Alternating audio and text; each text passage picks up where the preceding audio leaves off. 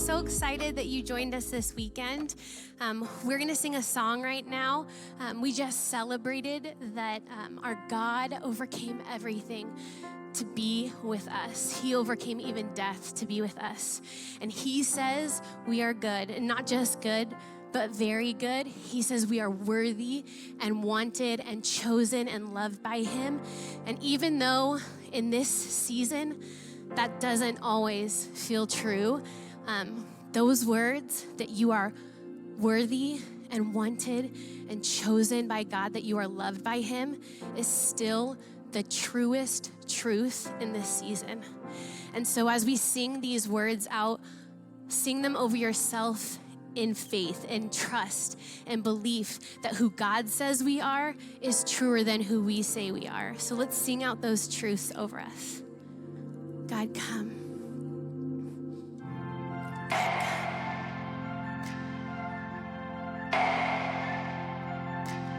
There is a fountain wrapped in a haze of light, flooded with goodness, rushing with words of life, and they yield to the bone. They're sweet to my soul, and I'm swept away.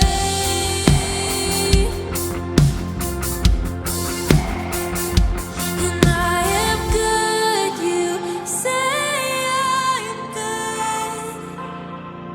I am worthy, wanted, loved by you. This is living, breathing proof that I am chosen, one.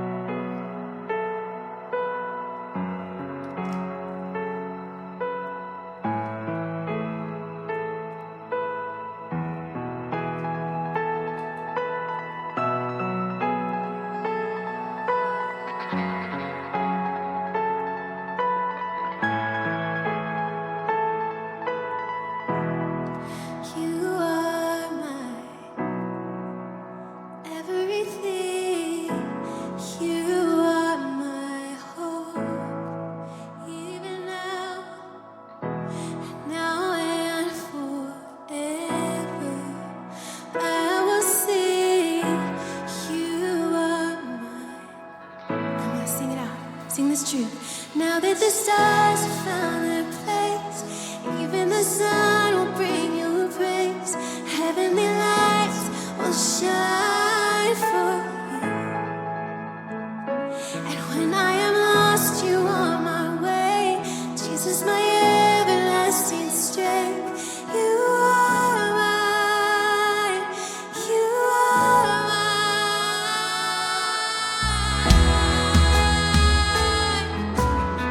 You're mine. Always, forever. You say I'm yours, and I am yours. You're mine. Come on, let's sing it out. You are mine, everything, and you are love unfailing, now and forever. I believe you are mine. And now that the stars have found their place, even the sun will bring you a praise. Heavenly lights will shine for you. I wanna shine for you. And when I am lost, you are my way. Jesus, my everlasting strength. You are mine. You are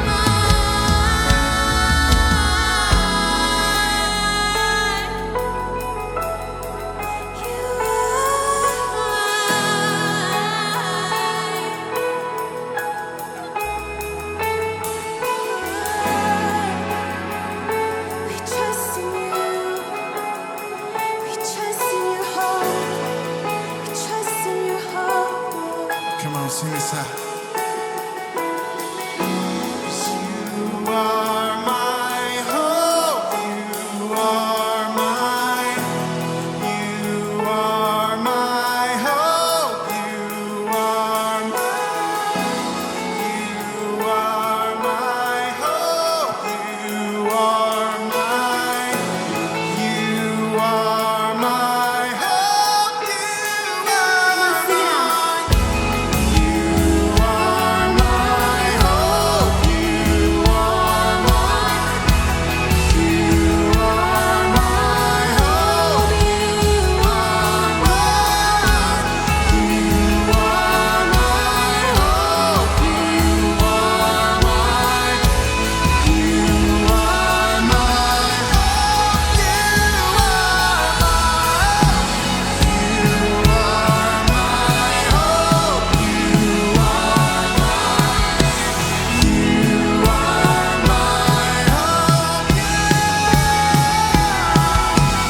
You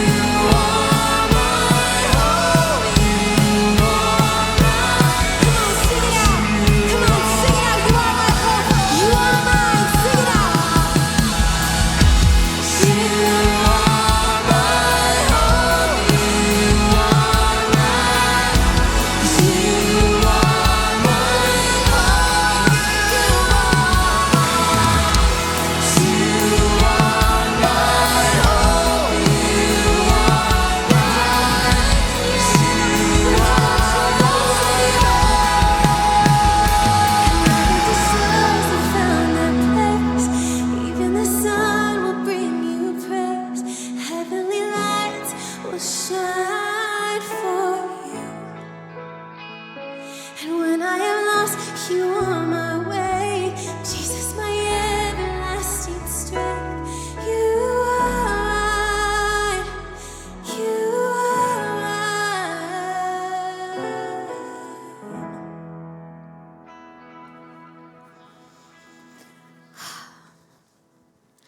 I hope you didn't miss that phrase that Emily started our service with. The truest truth, because that's what this is all about. The truest truth is that the God of the universe chose you, chooses you over and over and over again. And that's why we're gathering together this weekend online, because we want you connected to the truest truth. That God's love is here and now in the midst of all of this. It's a present tense kind of love that's happening here and now. We want you connected with God always, always, but we also really want to be connected with you. So we'd love it if right now, even you just left a comment saying hi.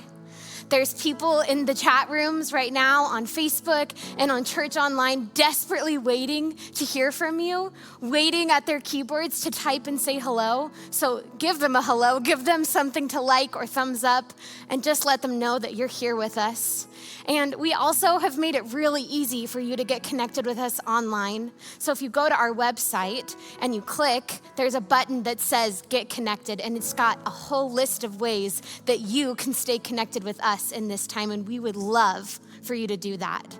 There's an app we have that's a Journey app that will keep you up to date on everything happening here. We've got Instagram and Facebook and email lists you can be on. We've got places for you to send your prayer requests. We've got small groups you can get connected with on Zoom. We got loads of ways for you to be reminded constantly of the truest truth. We'd love for you to join us this week on Tuesday. Ed will be here Tuesday at 7 doing Ask Ed Live, where you can ask all kinds of questions from the chicken and the egg to like, what's your favorite color, all the way to the deep stuff. So we want you there with us. I know Ed wants you there. He wants to hear from you. He misses you. We all miss you. So we'd love to see you on Tuesday.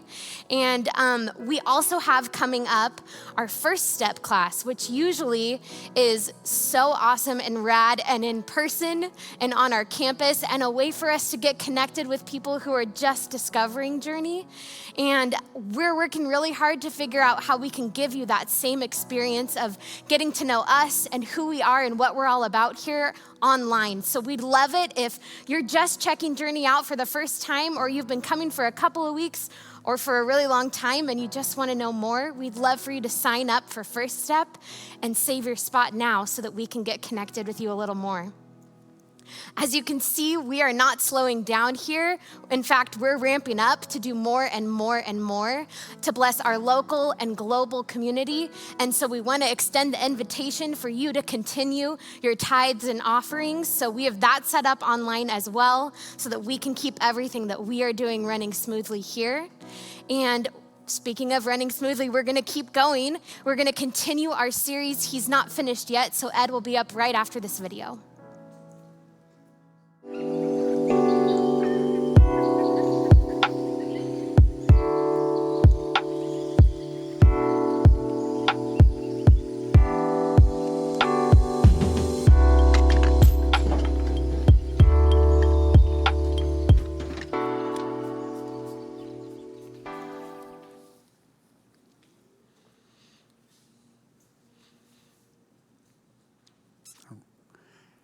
Hey, how are you? If you can give me a little hey in the comments, that would be fun. Hey. So just let it rip, man. Before we get started, I have like an announcement thing that is like super timely. It's perfect. I mean, it's like a great time to have this. But the first, for like years and years and years and years, the first Thursday of May is called National Day of Prayer. And it's where churches and Christ followers literally all over America like gather together and pray and seek the Lord together. And I think that'd be a good idea right about now, don't you? I mean, yeah. So here's what's happening. You're thinking, well, like last year, I think it was right in this very room. We had a big old worship band, like with people, like worship leaders from all of our different churches. And then we had people from like all different churches packing this place out and praying together. We can't do that, but we're still going to have a huge National Day of Prayer. And so here's the deal. It's the first Thursday of May, which is this Thursday. And so Thursday night, you can go onto the Journey website, click National Day of Prayer, and that will connect you with the National Day of Prayer event. And myself, some of my friends that are pastors at Foothills and the Rockies County and different different churches all over All People's Church, the Grove, and just different ones of us will be leading different parts of that together. We're all in this together. We really are. And I mean, I know.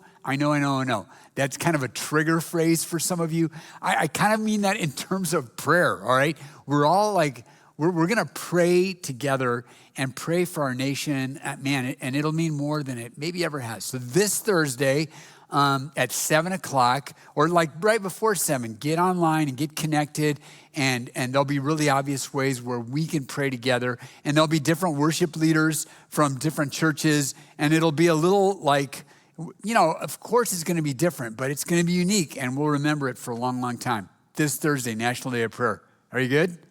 Are you good? If you're good, why don't you just say that in the comments? Just say, yeah, I'm good. I'll be there. Let's pray. All right?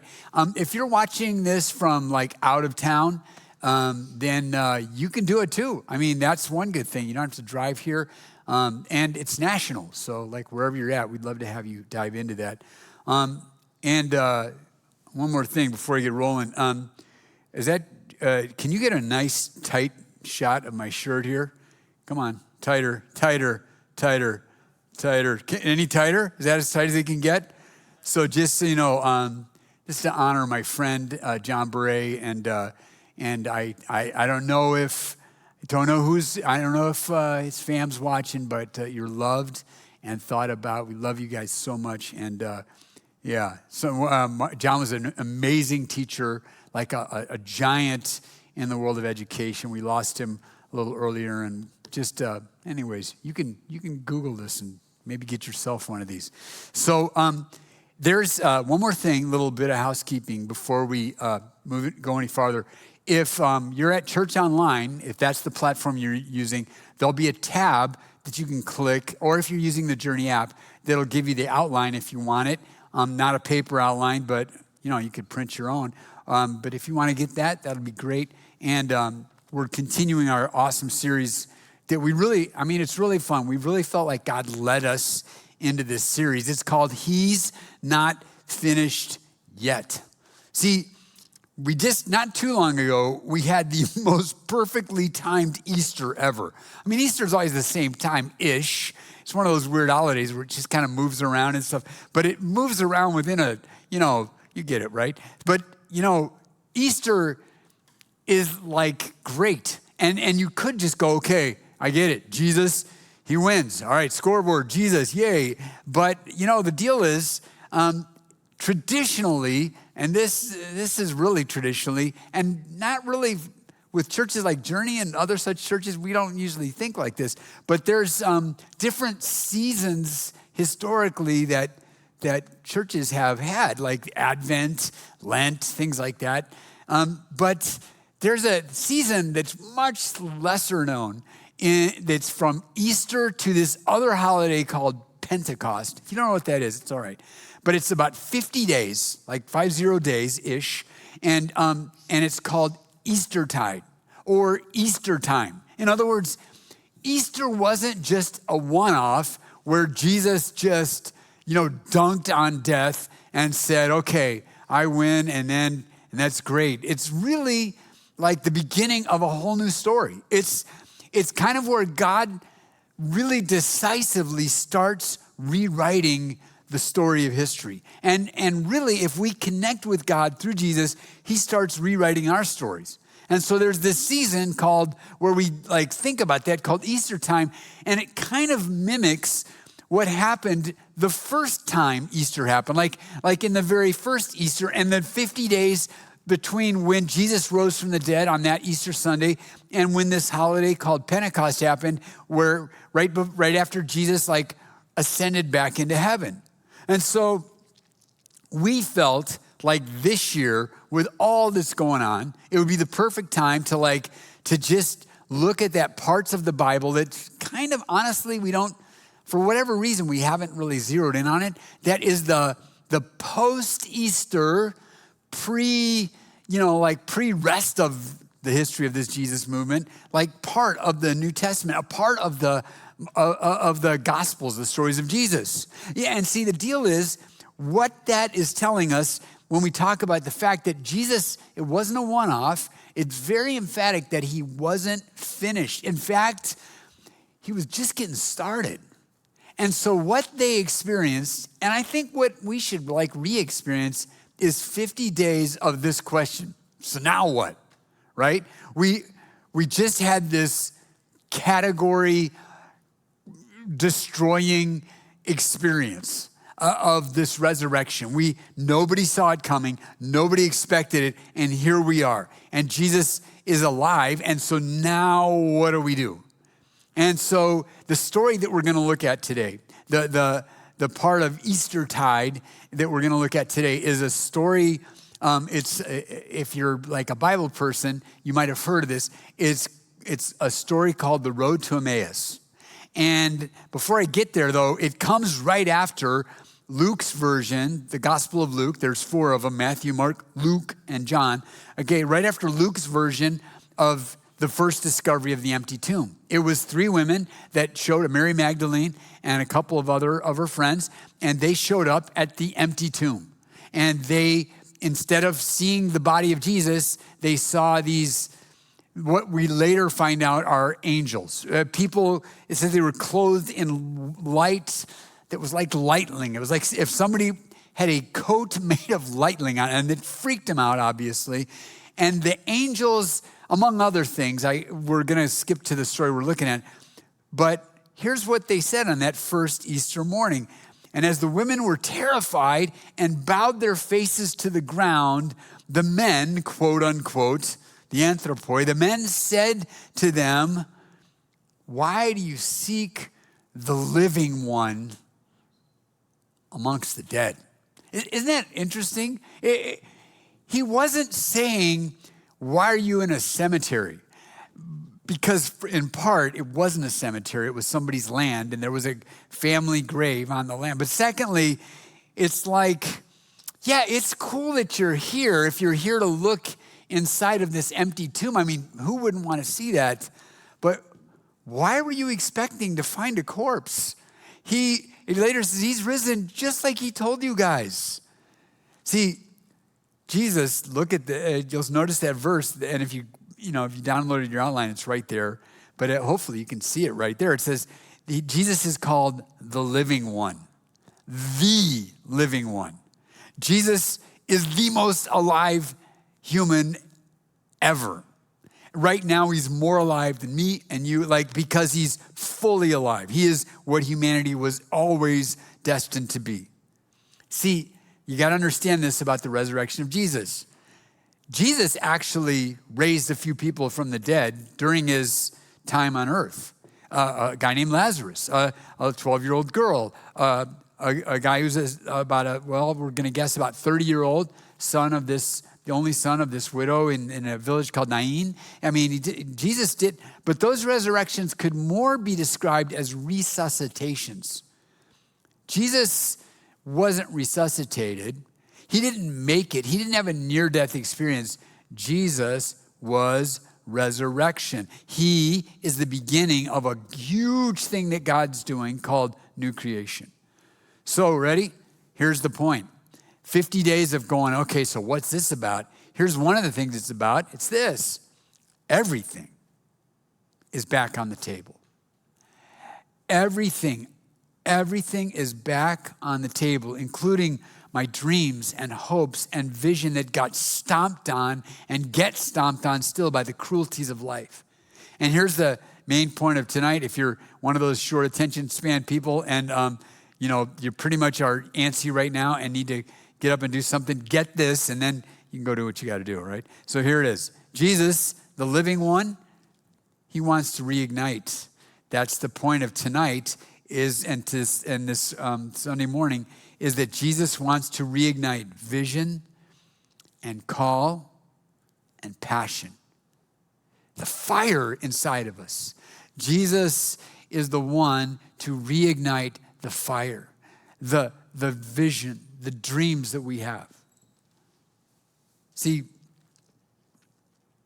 the problem is that, man, believing that, well, that's kind of another story.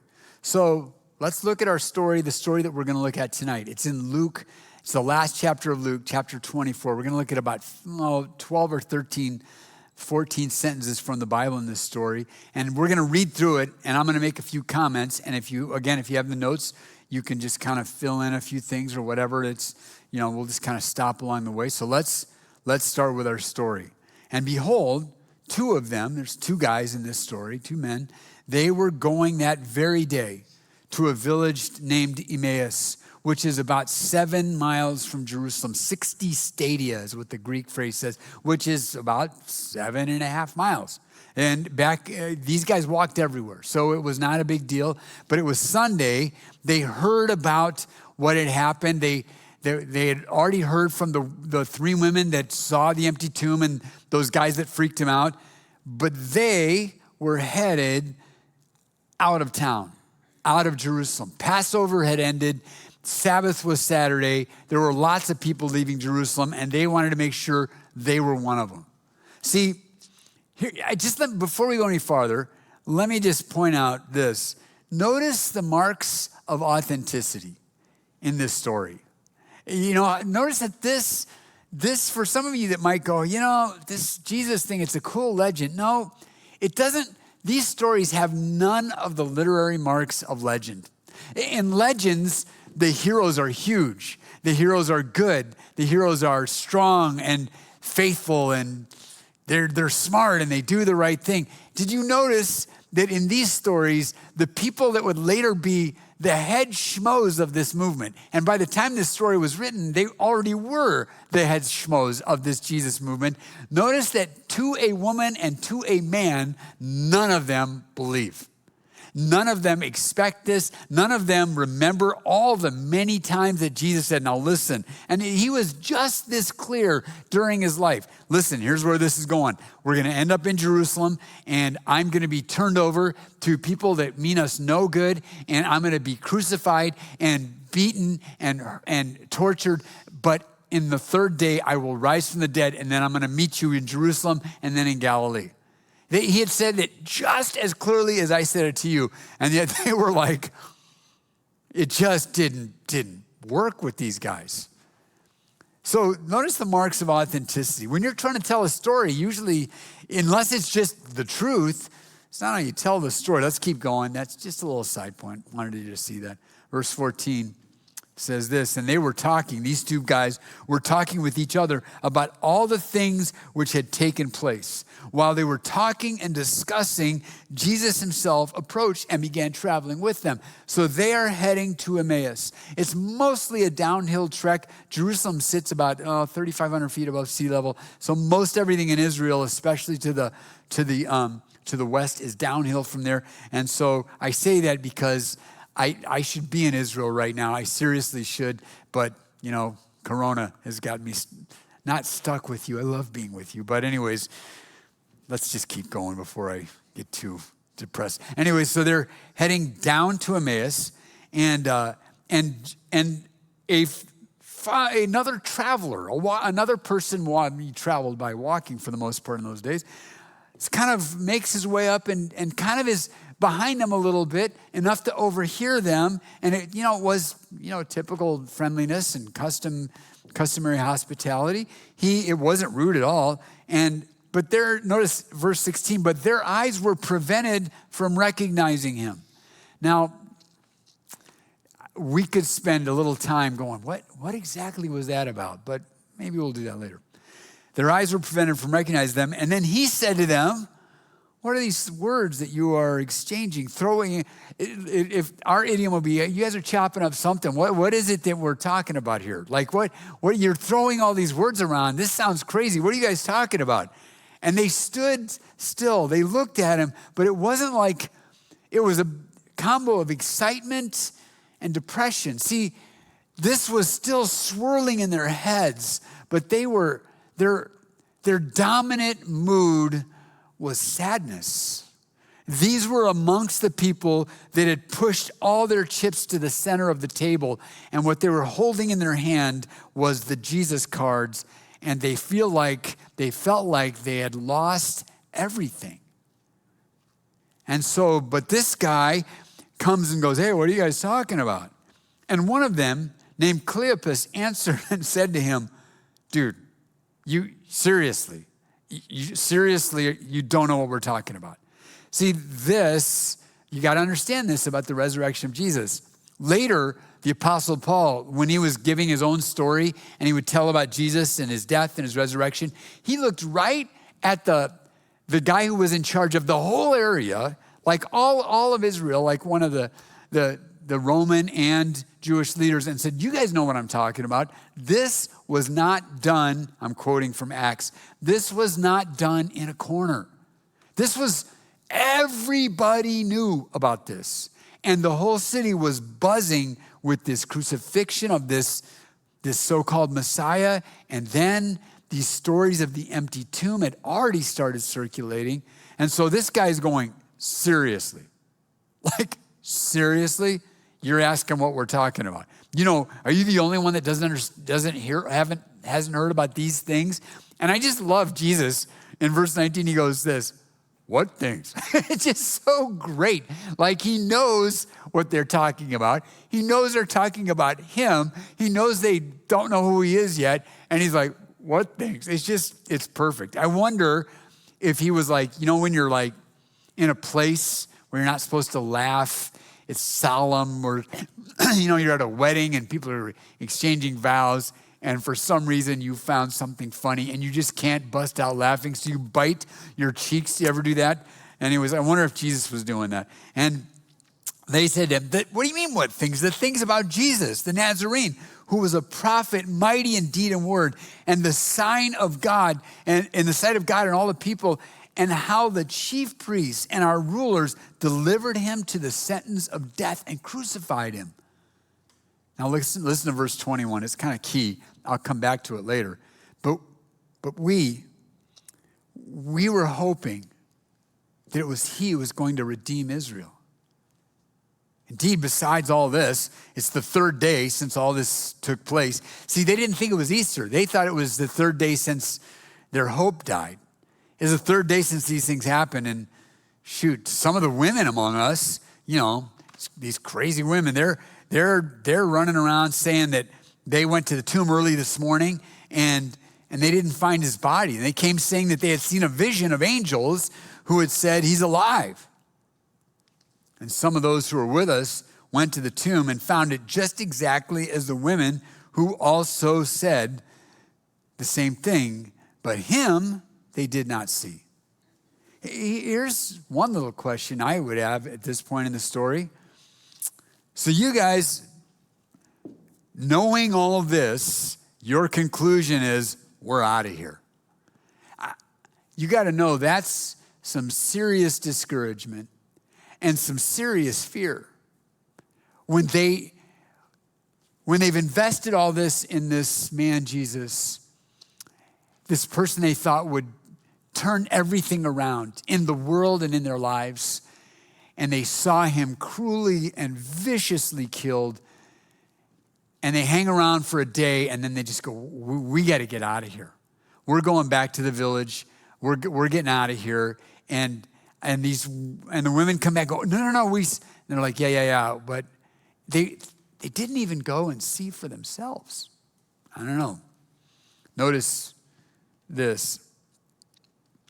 Jesus begins to speak and he says, oh, foolish men. Foolish men. The word for foolish here is a Greek word that means, it's the word anouste. It's like the word for brain and the negation in front of it, like the in Greek, like atheist, not God. These are not brained. You guys, you brainless dudes, you guys not using your brains, Jesus says. You foolish men, and you're slow of heart to believe all the prophets have spoken. Was it not necessary for the Christ to suffer these things and to enter into his glory? Here's one thing we've got to note. We can't go any farther without noting this. Do you see this? Because this has huge implications for my story and for yours. The story of Jesus, the the story of the Messiah, the story of the person that is predicted and alluded to and talked about and foreshadowed for 1,500 years of Bible history. That story looks like this. It's on your notes if you're writing these things down. What seemed like tragedy was really divine necessity. Did you get that? What seemed like tragedy really is divine necessity. All they could see was the tragedy, and it's kind of understandable, right? I mean, man, when you see something that disturbing, it's hard for us to even get into our heads how brutal and how cruel a crucifixion was. And they saw it, and at least they saw it from afar, and they said, man, this all they could see was tragedy. But really, God was all working. And listen, this is true in your life too. This is true in my life, is that God is always working a bigger story, a truer story. See, tragedy without resurrection, you know what it is? It's just tragedy. But this tragedy ended in resurrection. It was like something, hey man, this thing that happened to Jesus, this actually, God called this 1,000 years before this. See, this death changed everything. It unleashed forgiveness and love like the world had never seen. And this had happened and predicted, and what looked like tragedy was actually necessity. Let's keep reading a little bit, okay? Keep going in the story. Then, beginning with Moses and all the prophets, this is a very Jewish way to explain the old, what we call the Old Testament, the Torah and the Nevi'im, the Torah and the Prophet, and then the other division that Jesus will allude to later is the Ketuvim, the law, the prophets, and the writings. That's how the Hebrew Bible is divided up. Then beginning with Moses and then with the prophets, he explained to them the things concerning himself in all the scriptures. Huge point. Stop right where you're at. This is a huge point in the story. It's not the main point, but it's a huge point, and that's this. Jesus, speaking of huge points, Jesus is the point of the Bible. Ready? Jesus, I'll say it again, is the point of the Bible. Which is, by the way, if we're gonna go very far in this relationship with Jesus, if we're gonna go very deep into our relationship with Jesus, there's a kind of a duh right here. If Jesus is the point of the Bible, then maybe I should be reading the Bible. Maybe I should be saturated in the story of the Bible. If the story of the Bible is really the story of Jesus, and if the story of Jesus becomes the story of Ed, then maybe Ed should be saturated by the Bible. Maybe I should start thinking, oh, man, my life, if Jesus' life, if tragedy was really divine necessity, maybe that's true in my life too, and it is. See, it's the point of the Bible. Can I say one more thing? And I think I can because you're not here to stop me. So many of you, like some of my friends who are watching this right now, many of us have had a church experience that left you, I don't know, turned off, repulsed, feeling like your very worth was under attack. You walked out of churches feeling worse than when you came in.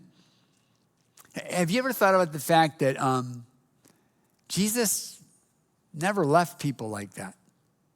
He never left them feeling like that. They yet challenged? Absolutely. Jesus definitely challenged people. Feeling like, whoa, what he just said has rocked my world. Yes, that happened all the time. But it was always, always, always, always hopeful. Jesus always had the prevailing mood and vibe around Jesus was hope and possibility and vision. And so, ready? This is the conclusion. Ergo, therefore, if you've had that experience with somebody wielding a Bible and you didn't feel hope and you didn't feel like you were getting vision poured into you, then something went wrong. If you didn't feel after your church or Bible experience like you had encountered Jesus, then, man, first of all, I'm sorry that it worked like that. But just know that That's not really the Bible, and that's not really what God intended. See, Jesus is the point of the Bible. The point of the Bible is Jesus. So let's keep reading a little more on the story, right? So as they approached the village, verse 28, where they were going, and he acted as though they were going farther. Jesus is just working these dudes. First of all, with the what things? And now he's like, yeah, guys, I really got to be moving. They're expecting me. And it's like, and they're like, no, dude, it's kind of getting dark. We're not done with this. You gotta stay with us. And he's like, all right. I go, so what are we having? It's like, ham, it's Easter. No, of course not. That's a joke. Man, that'd be funny if you were actually here. But so he asked if he'd go further, stay with us. So he went in to stay with them. And when he had reclined at the table, remember they didn't sit at tables like we do. The tables were maybe a couple feet high, and they leaned and reclined at tables. That was the ancient Near Eastern way. And as they had reclined at the table with them, notice the verbs. He took bread and blessed it and broke it and gave it to them. If you're reading this and you were reading the whole story of Luke, your brain is going because you're thinking, that sounds exactly like when he fed the 5,000. That sounds exactly like what they had experienced about 3-4 days earlier on Thursday night when he had the Last Supper. He took bread, he blessed it, he broke it, he gave it to them. All of a sudden, these guys who didn't recognize that it was Jesus, all of a sudden, wouldn't it have been great to just be there and look at their faces, because the synapses are starting to fire and there's something happening. And notice what happens. Then, verse 31, then their eyes were opened and they recognized him. And then he was gone from their sight.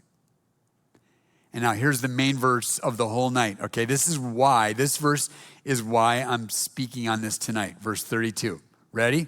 If you are sitting on your couch somewhere or in your chair and there's nobody around, even if there is somebody around, how about a drum roll right now? All right, wherever you're at, just about a little drum roll. There's like 4 people in the room. They're drum rolling. Join them. Here it is. This is the whole point. Then they said to one another, oh, listen to this. Were not our hearts burning within us while he was speaking to us on the road and while he was explaining the scriptures to us? See where it says, and their eyes were opened? And then it says, while he was explaining to the scriptures, those are the same words in Greek. Their eyes were being opened, and when he was in the road with them, he was opening the scripture to them. Some of you have had this experience where it feels like as you're in a moment and someone's talking, or maybe you're reading the Bible for yourself, or all of a sudden it's like your brain and heart catch fire, and it's like something opens up to you and you go, oh yes. Their hearts were burning. Here's little trivia. Verse 32, he says, we're not our hearts. Literally, we're not our heart. It was 2 guys, but they said our hearts singular, and their hearts were burning. And Greek verbs have to have a number, like they have to be either singular or plural. And this is 2 singular verbs, even though it's 2 guys. Our heart together was burning within us while he was speaking on the road to us. Listen, ready? Here's the deal. This is the whole deal of tonight. The burning hearts, that sense, see what they were experiencing. These guys went from downcast and depressed to all of a sudden, as Jesus was explaining what looked like a tragedy was really divine necessity. What looked like a massive failure was actually God's plan that was from the beginning of time. And they weren't seeing a big joke. They weren't seeing like the tragedy of tragedies. They were seeing the history of the world coming together, and all of a sudden Something starts burning inside of them. And guess what? Here's why they knew. Here's Ed's theory, and there's various views and various names of theories. This is called the right theory. But here's the deal. I think it wasn't, there's different reasons why people think they all of a sudden recognize Jesus. Some is that God just did a supernatural thing and their eyes were open. That's probably true. Some people think that when he took the bread and broke it and handed it to them, maybe it's the way he said the bracha.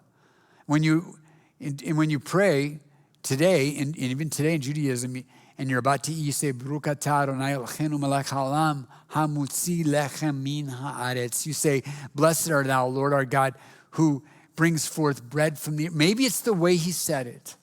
Or maybe they saw the holes in his kair, in his hands, in his wrists.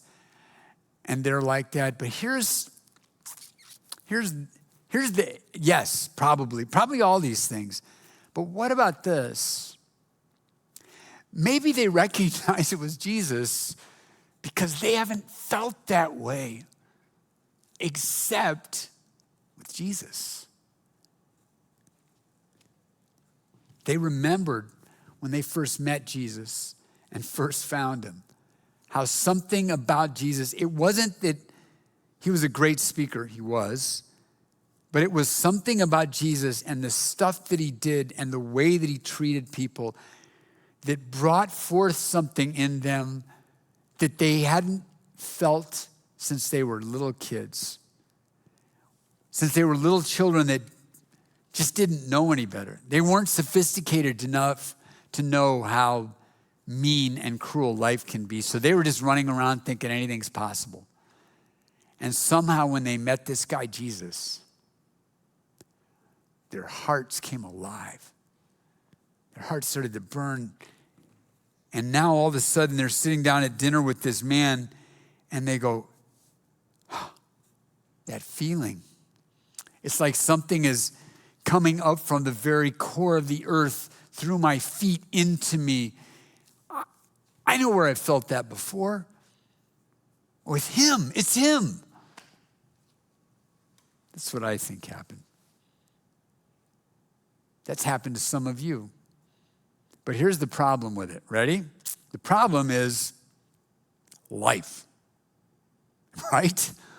Problem is life. Remember that verse 21? I wrote it out in the original language here, and I wish I could kind of just take some time and just unpack it for you. It's so emotional and so strong in the Greek language. Like Greek actually is so cool. It has different words for the word but, not this, but that. There's kind of a but this, then there's a but this. It's so strong. They're like, but we were hoping. Man, our hope was that this guy was the Messiah and he's gonna change everything for us. And then they said, but see, if you want, you could leave a comment right now and just share. What do you think is the thing about life that just kicks the vision out of us, that crushes our vision and aborts our dreams and dulls our passions? Maybe it's disappointment or frustration or loss or death or sickness. I mean, I don't want to have a big downer fest in our comment section, but man, well, let's just maybe share yeah, this is so hard. But ready? Just like with them, here's the idea. Resurrection changes everything. Resurrection changes everything. Listen, resurrection doesn't guarantee that your life gets smoothed out. Let's think about this. Jesus doesn't smooth everything out. He lights our hearts on fire. He doesn't just make everything easy. He says, I'm going to reawaken possibility and hope, which is why we're calling this series 50 Days of Possibility. All of a sudden, because of resurrection, everything's back on the table. So let's finish our story, right? And here's what happened. Their hearts are burning, he vanishes, and then they got up that very hour. Remember, deal is they got to their city 7 miles away, and they're like, come on, man, the day's almost over. You don't want to travel at night. Come on in and hang out with us, and you can leave in the morning and blah, blah, blah. And so it's late. And they sat down. They're just about to eat dinner. They see Jesus. Wow, he's gone. They're like, they look at each other, and they go, that's right. And they get up and go straight back to Jerusalem. I love that. Now, here's just a fun little factoid. And this is Ed's little gift to you. It's kind of like Christmas. There's presents. Well, this is in your stocking. It's this. The phrase where it says, and they got up. Ready? This is so fun. It's this word in Greek. It's anastasanes. If you know there's a girl's name Anastasia, you know what that means? You know what if your name is Anastasia out there, your name means this, resurrection. They got up. They got resurrected and they found everybody else gathered, the 11 other apostles, and they said, the Lord really has risen. Dude, the women were right. We should have believed them. Ooh, the Lord really has risen. If you keep reading, Jesus shows up. It's really cool. We'll talk about that in a future message. Notice they went back. And here's a little principle here. Fire eclipses fear. Man, we're in a season of fear. People are afraid. They're afraid of getting sick. They're afraid of dying. That's reasonable fear. But the Bible wants you to live free from fear, even the fear of death. They went back because the fire that God lights in your heart, it eclipses fear. So here's the thing I was thinking about. The point of this message is that this eye-opening thing that happened to them, God's got to do that for you. This is a message all about not, here's 5 things I need you to do. This is more about like, well, here's what God needs to do for us. And so I thought, usually we end most of our messages with some kind of thing to do or some tips or some. So here's what I was thinking. This is about what God's going to do for you, not what you need to do for God, which is really kind of the basic thing of us with Jesus anyways. But here's what we can do, is we can put ourselves in a position like we're more likely to experience God or at least notice when he does show up. So here's 3 things for you as we kind of close this story. First of all, try this. Recognize this. Even if you're not much of a Jesus person, even if you're not much of a church person, even if you're not much of a religious person, even if you're not even sure what you believe about all this stuff. Do you know this? Here, I can guarantee you this. Jesus has showed up in your life. He has shown up in your life. Even if unrecognized and even if unnamed. These guys, and oftentimes, here's a little tip, oftentimes you feel it before you know it. Did you notice these guys were experiencing Jesus and they didn't? And these guys had experience with Jesus, like lots of it. And they didn't know it. So here's what you do. You look back on your life and go, I wonder if that was Jesus. Man, I remember a time when my heart felt like it was on fire, where I felt like anything was possible. I wonder if that was God. Here's another tip. You notice that when we find these guys on the story, what are they doing? They're heading away from where the action is. They're heading away from Jerusalem. So here's what I thought maybe we could do. If I find myself heading away, this is super complicated. Only a guy like me could come up with this. Turn back, right? That's where they ended up going, we shouldn't have left. And they turned back. If that's you, if you find yourself heading away from God, ready? Turn around. The great thing about Jesus, because of the cross, you keep seeing these stories. Thomas, the guy who won't believe. And what does Jesus do? He shows up and turns him around.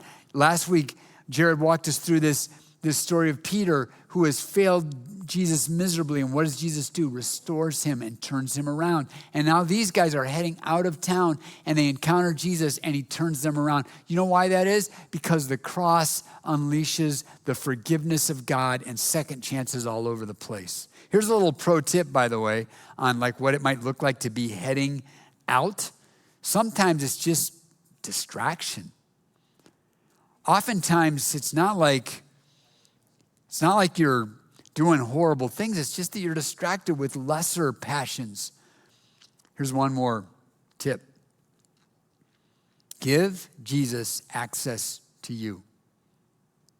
I'm going to show you one last verse. And maybe while I'm going over this verse, we can get our band back up. We have another song or so of worship. So here's one last verse. Ready?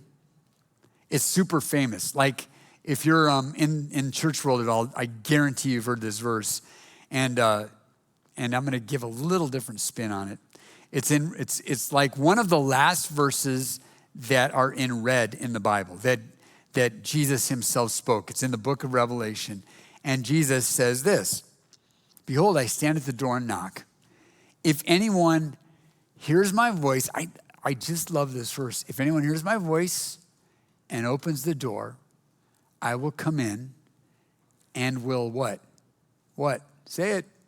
Come on, say it. Dine. Dine with him. And he with me. This is perfect. Guess what? Just like they had this dinner with Jesus that changed their life and lit their heart on fire, Jesus is saying, listen, if you'll open the door of your life and heart, I'll come in and guess what we'll do? I will break bread and we'll eat it together. We'll dine together. Your heart will burn because the sense of possibility and vision and hope and passion will get reignited in your life because guess what? Jesus is not finished yet. Not with you, not by a long shot. No matter what life has done to you, no matter how much you feel like your dreams have been stomped on and your hopes trashed, Jesus says, come here, invite me in. Invite me into your life. Let's eat together and let's see if that heart of yours can't come alive.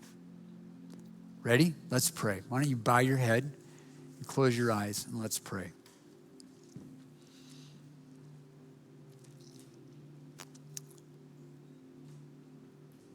Maybe you've been a Christ follower for a long time, but there's a missing something, a missing passion, a missing vision, missing fire. Invite Jesus in. Invite him in. That verse is not just for people that are new to this. It's for us. Just open your life up. Open a door and say, Jesus, come on in. Let's eat. Let's dine. Maybe you find yourself having never really had like a connection with Jesus.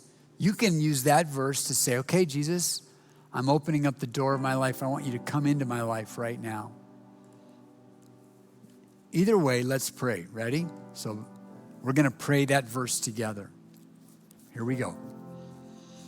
Jesus, you told us that if we hear your voice and open the door, you will come in.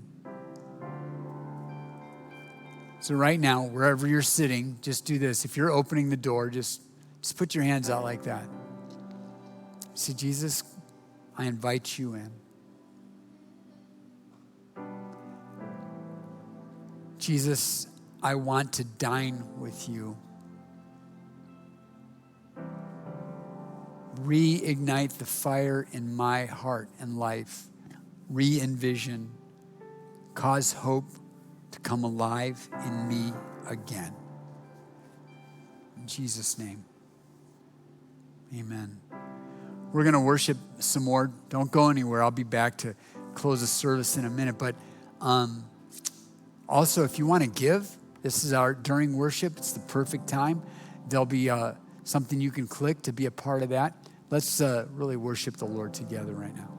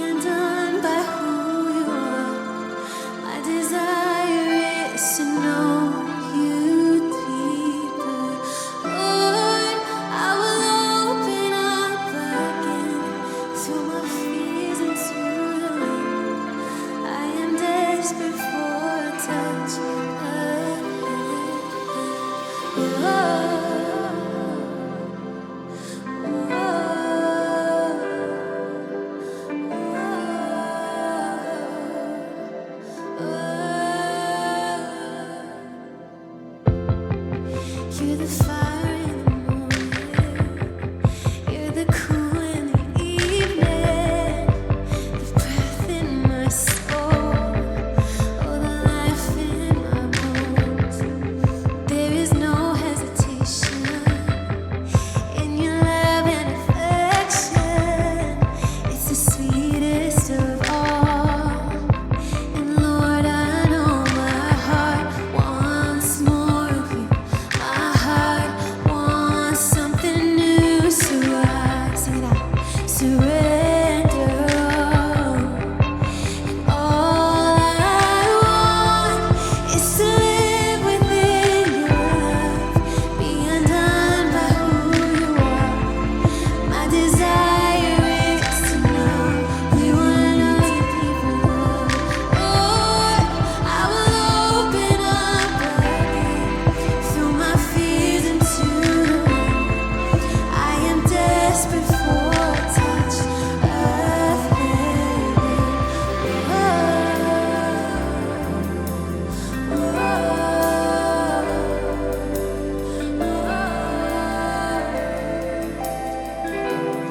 If that's you tonight, if you're feeling desperate for a touch of heaven today, would you open your hands and sing this with us?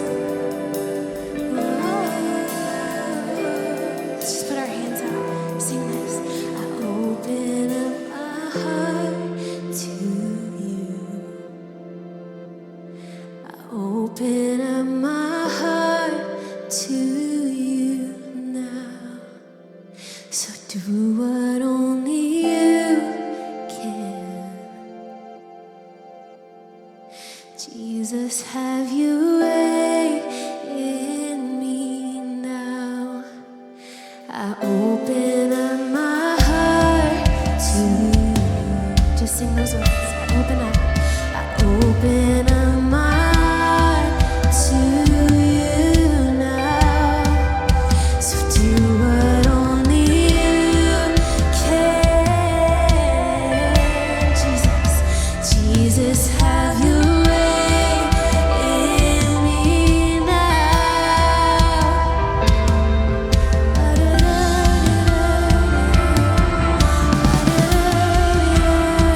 Oh,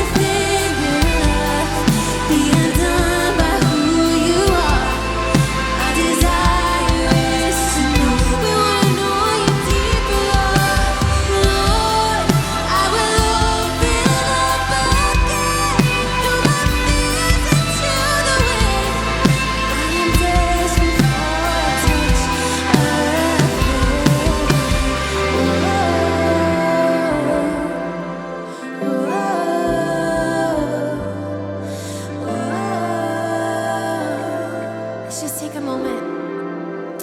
What are those things that we need to throw into the wind? You know, we have to open our hands. We have to open ourselves up. Sometimes even though it's hard. Open up my heart to you. What do you need to do? Let go. Open up my heart to you right now. So do what only you can.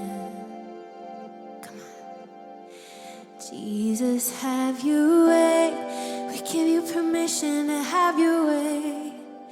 I open up my heart to you. You're waiting for us. I open up my heart to you now, to do what only you can, only you. So Jesus, have your way in me now. Just say those words in your home. Jesus, have your way in me. Sing it out. Jesus, have your way in me now.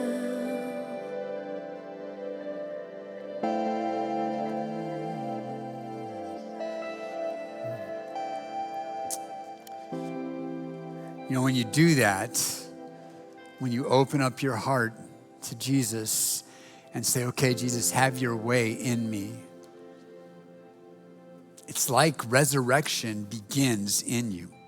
Like the life of Jesus, which is resurrection life, it kind of gets planted in you and stuff starts to change. And eventually it's going to result in life, eternal life forever.